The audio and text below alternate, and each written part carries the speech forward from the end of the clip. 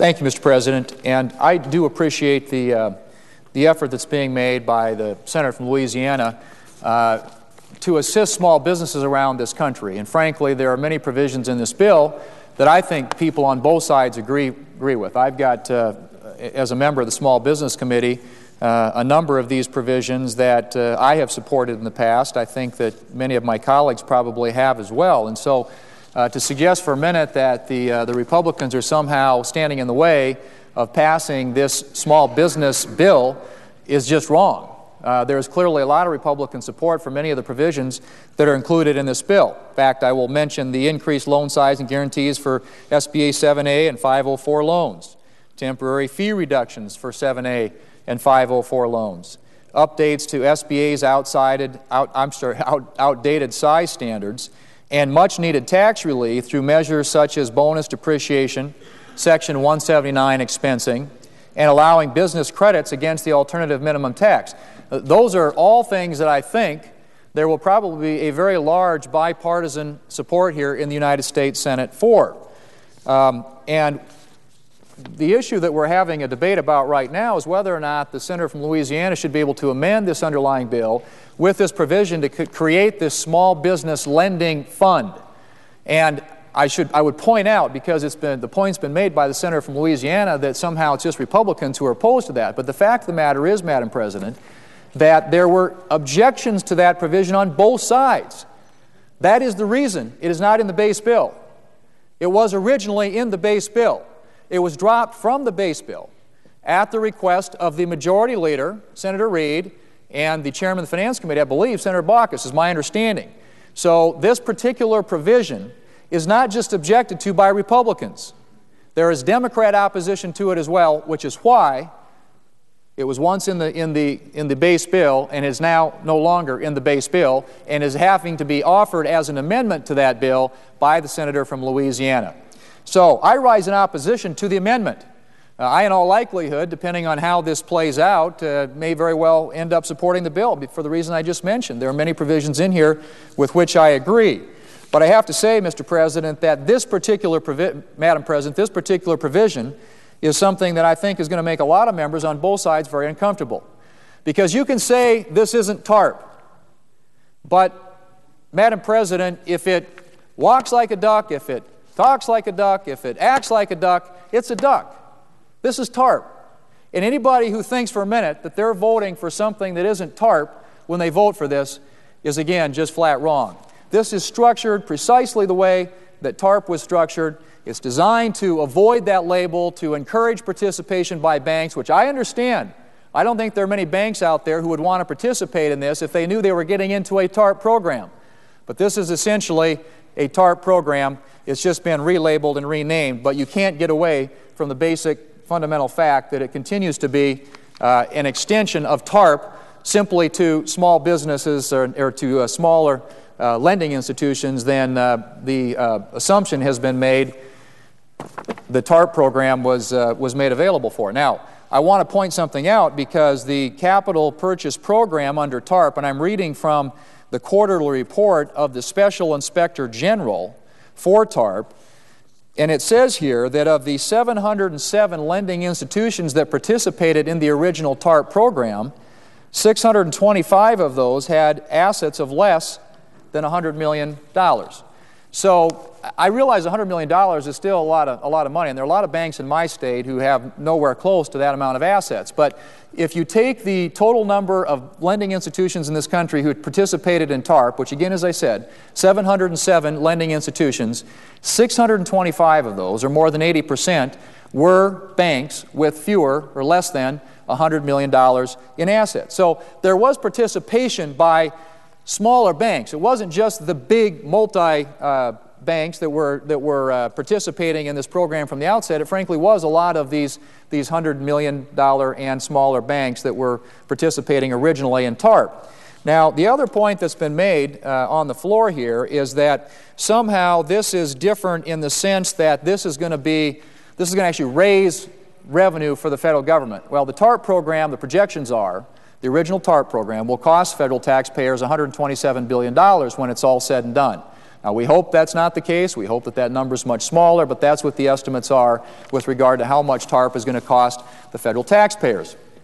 This particular $30 billion reincarnation of TARP, created specifically for smaller lending institutions, it has been estimated by the Congressional Budget Office will actually generate a budget savings of $1 billion. Well, how do you come at that? Well, the CBO, the Congressional Budget Office, at I think the request in the House of Representatives where this originally passed, used a different accounting method in determining the cost or the budgetary impact of this version of TARP versus the original version of TARP. Now, I would like to point out what the CBO also noted, Madam President, and that is that if the accounting conventions that were used to consider the budgetary impact of the original TARP program were applied to this $30 billion TARP carve-out, it would cost the federal taxpayers, or it would score $6 billion. And again, it's because this was scored differently. CBO says if this fund were scored as they scored TARP, which was on a fair market basis, adjusted for market risk basis, then it would cost $6 billion. This is being scored on a cash basis as raising over $1 billion. So that's what the CBO is saying, that if they use the same accounting conventions that they applied to the original TARP, this particular program would have a score, a budgetary impact of $6 billion rather than the $1 billion savings that's being reported by the proponents of the legislation. So I would simply make that observation, Madam President, to again point out that when people who are voting for this think that there may not be any consequence with regard to the fiscal impact that this could have, they're not taking into consideration the full picture, and that is there was a change made in the way that CBO scored the original TARP program and the way they have scored this particular TARP program. And if you use the same convention or the same accounting conventions that they applied to the original TARP to this TARP, you'd be talking about a $6 billion cost, $6 billion cost to the federal taxpayer as opposed to $1 billion savings. Now, the other thing I want to point out, Madam President, because it strikes me that there's been great efforts made here to convince people that this somehow is not a TARP program. And I want to point to the White House's own talking points that admit, and I quote, that the program would be separate and distinct from TARP to encourage participation, end quote. And I go on and quote, the administration's proposal would encourage broader participation by banks as they would not face TARP restrictions, end quote. Now, these restrictions the White House is referring to include executive compensation rules and warrant requirements and a variety of other things. But my point, Madam President, this is the same flawed structure. And the point I want to underscore is this is the same basic mechanism that was used to create the TARP program, and I think most people here, at least, and members on both sides, have great apprehensions about how TARP was used. And I would say that, again, to members who are going to be voting for this particular reincarnation of TARP, if you didn't like voting for TARP the first time, you probably shouldn't be voting for this, because we are essentially doing the same thing, but we're purposely removing some of the very safeguards that were created under the TARP program. Now, I think there are better ways of helping small businesses across this country. We have 9.5% unemployment. We're trying to encourage small businesses to create jobs, and yet, here we are talking about going back to the old playbook and trying to come up with somehow make this look better and sound better and put different lipstick on it and say this is a new program, when it's essentially something that we're all very familiar with. If you want to help small businesses in this country, I would argue, Madam President, get your foot off their throats.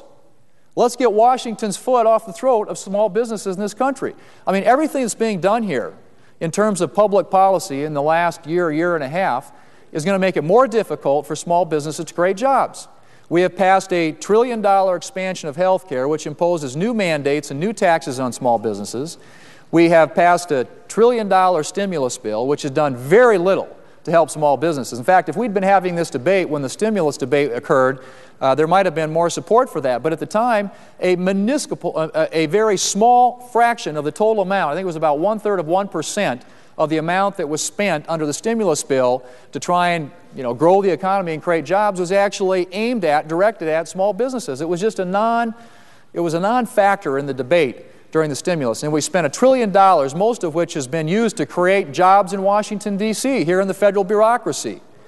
And we haven't done anything here to provide the incentives for small businesses to create jobs. And it's going to get worse because, as we all know, next year the 2001 and 2003 tax cuts expire, at which time, if no steps are taken, the rates are going to go up, income tax rates are going to go up on small businesses.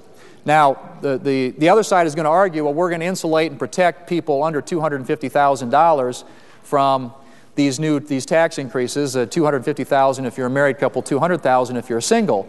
But the point also that I think members in this body need to remember, Madam President, is that 50% of small business income in this country is taxed at those top two marginal income tax rates.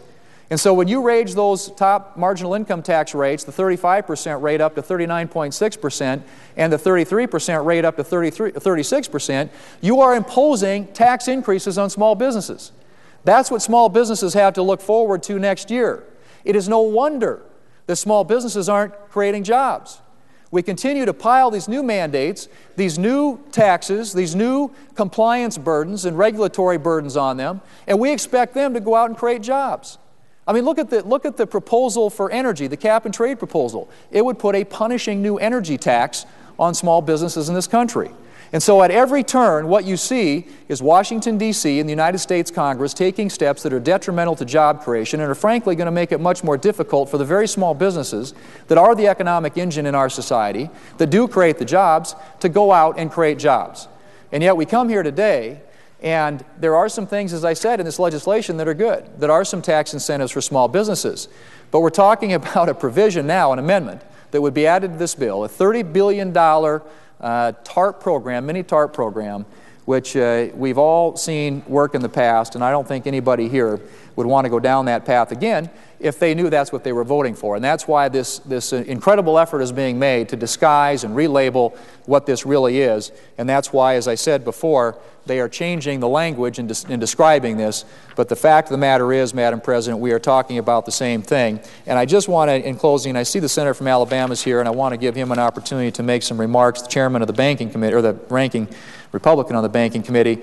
But I want to, again, just read you some of these quotes from the TARP Congressional Oversight Panel, which is headed by the administration's rumored choice to head the new Consumer Financial Protection Agency, and that's Elizabeth Warren. She's expressed skepticism that it will be effective increasing small business lending. When I say that, the Small Business Lending Fund, which we're currently debating. But she goes on, and I quote, to say that the Small Business Lending Fund looks uncomfortably similar to TARP. Like the capital purchase program under TARP, the Small Business Lending Fund injects capital into banks, assuming that an improved capital position will increase lending despite the lack of evidence that the capital purchase program did so. And again, that's a direct quote from this report by the Congressional Oversight Panel. She goes on to say that such a fund, quote, runs the risk of creating moral hazard by encouraging banks to make loans to borrowers who are not credit worthy. End quote.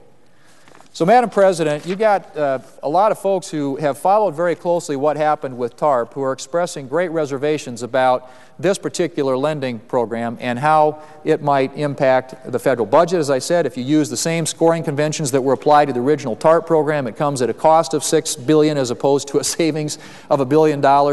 When you completely throw away the accounting manual and use a different accounting convention, sure, you get a different result, but the risk still exists. And I think the CBO has made that clear in their analysis of this. And when you look at what the Congressional Oversight Panel says with regard to how this would resemble the TARP program and the risks that they recognize inherent in that, as well as the limited effectiveness of the original program in encouraging banks to participate, it seems to me that this is a path down which we should not go. And so I would close, Madam President, again by saying where I started. There are things in this bill that are good. There are things in this bill that will attract bipartisan support here in the Senate that members on both sides, I think, are in favor of. But the reason this provision was stripped out wasn't because Republicans alone objected. There were Democrat objections as well. It was taken out of the base bill. It is now being offered as an amendment for that reason. It certainly isn't Republicans who are trying to stop us from doing things that will help small businesses. But frankly, the best thing that the United States Senate can do to help small businesses is to quit putting new mandates, new taxes, and new regulations on them, then we will see the kind of certainty that they need to go out and create jobs and get this economy growing again.